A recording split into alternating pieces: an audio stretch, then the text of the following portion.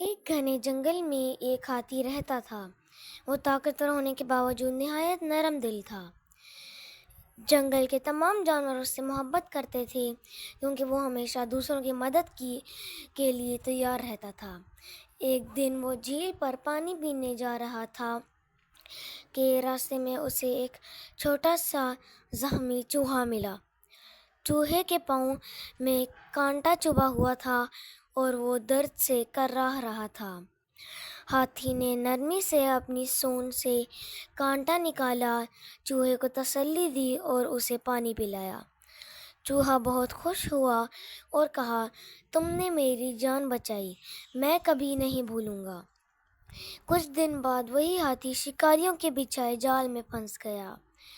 وہ زور لگا رہا تھا لیکن کامیاب نہ ہو سکا۔ اچانک وہی چوہا اپنے کئی دوستوں کے ساتھ آیا اور سب نے مل کر جال کو کتر کر ہاتھی کو آزاد کر دیا۔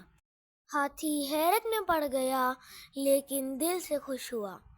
نیکی کبھی رائیگاں نہیں جاتی، چاہے مدد کرنے والا کتنا ہی چھوٹا کیوں نہ ہو، اس کی مہربانی ایک دن ضرور لوٹ کر آتی ہے۔